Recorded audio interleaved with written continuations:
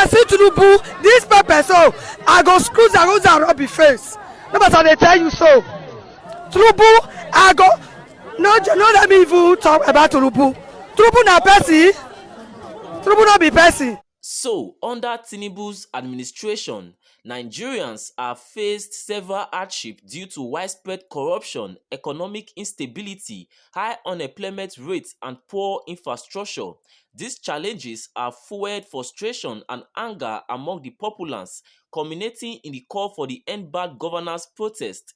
This movement seeks to address the deep-rooted issues of mismanagement and demand accountability, transparency, and better leadership to improve the quality of life for all Nigerians. So, Abuja resident cries out bitterly that they are hungry amidst a call for a nationwide protest as Wike plead to them to shun End Bad Governance protest. And also, an international television station reports that Nigerian authorities and leaders are rattled by planned End Bad Governance protest, says wave spreading across Africa. Alright, I'm going to be giving you guys the full details of this news, but please help us by liking and sharing this video so that YouTube and Facebook can recommend it to more people. Thank you. So, amid chants of we are hungry from frustrated residents of the Federal Capital Territory, its minister Wike made a desperate appeal to discourage participation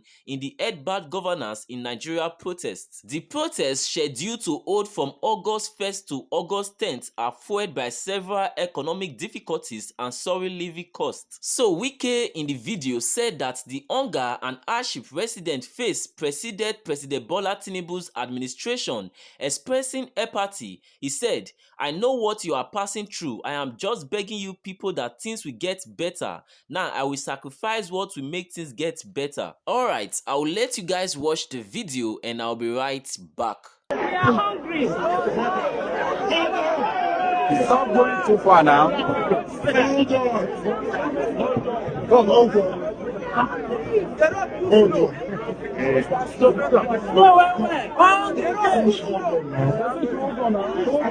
Calm down. You said you are not happy. Since when you start? Congressman no get time to wait. Yes, sir. Come for president. No, let me president dey talk. Why wait there now? Make the support or make him succeed. No be if you time dey talk. Yes, now. The hunger don dey since no be today. You know why I want to tell you? What I tell you now? What I tell you? At least watch now. Calm down. You know say see the wait, I tell you. I never argue with her at all. Go, I never fall. I know the place where they pass through. Now our own sacrifice what they make for things to get better. So I tell them and say, if this government no go do well, you no go see me here. You no go see me. Because I know say the person will be president. Me I know. Now I make I take this appointment. So what I tell them say, just look at this small patient. After all, I don't lose hope before. So nothing will happen this way when they will do it. But tonight they do it, which means hope they come back. And I'm sure I said this hunger, it will reduce very soon. Because I believe in the government of Tinubu. I don't tell them and say things will spoil well. I don't tell you. So this policy now when they bring to make sure I no first.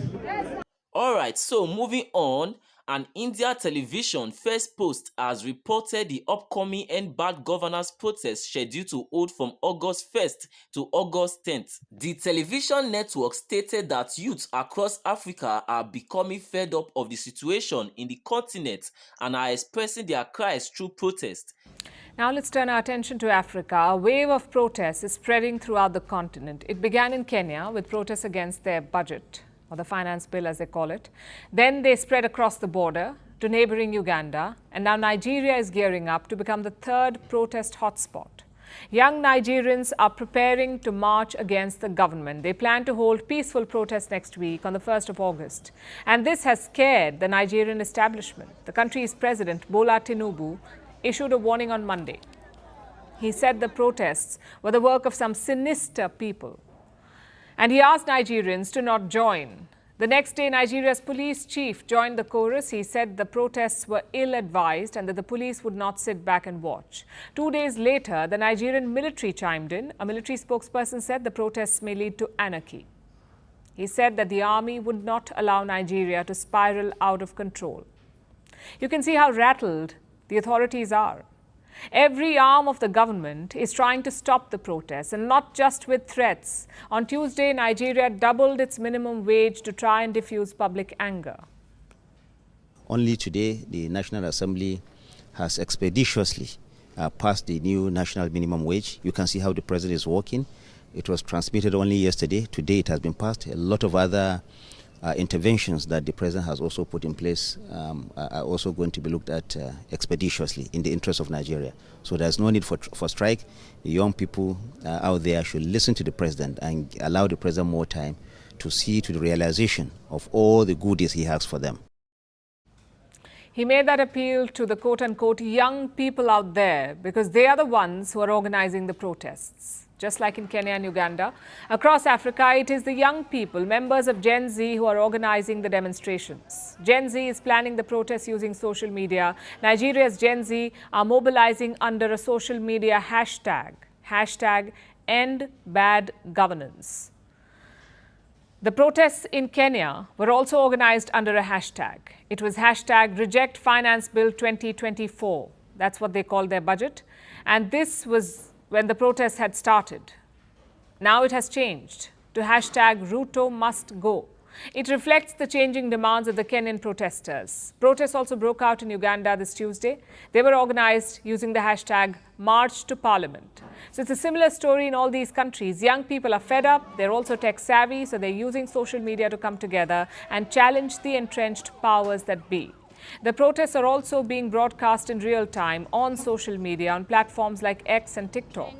The world can see live footage from the ground, footage of police brutality or military heavy-handedness whenever it occurs. The Gen Z protesters are sharing this footage, which leads to more public anger and therefore more protests. It shows what a powerful tool social media can be and how it can put governments on the back foot. However, this is not the first time that something like this has happened. Protests have been organized on social media before. They've inspired similar demonstrations in other countries and even brought governments to their knees. All of this happened in 2011 and 2012 in Africa itself and parts of West Asia. It was dubbed the Arab Spring.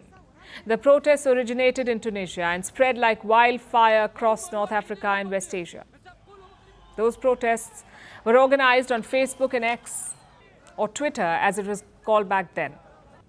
Well, Gen Z won't be caught dead using Facebook, but they're expressing their anger on TikTok and X, and this anger has already spread across 3 African countries. More could follow, and the reaction in Nigeria proves one thing: an angry and vocal youth is every government's worst nightmare. So my people, that is it for you all. I saw this news and I decided to share it with you guys. So please let me know your opinion in the comment section, and please help us to like and share this video so that YouTube and Facebook can recommend it to more people. Thank you so much for your time and God bless you. Amen.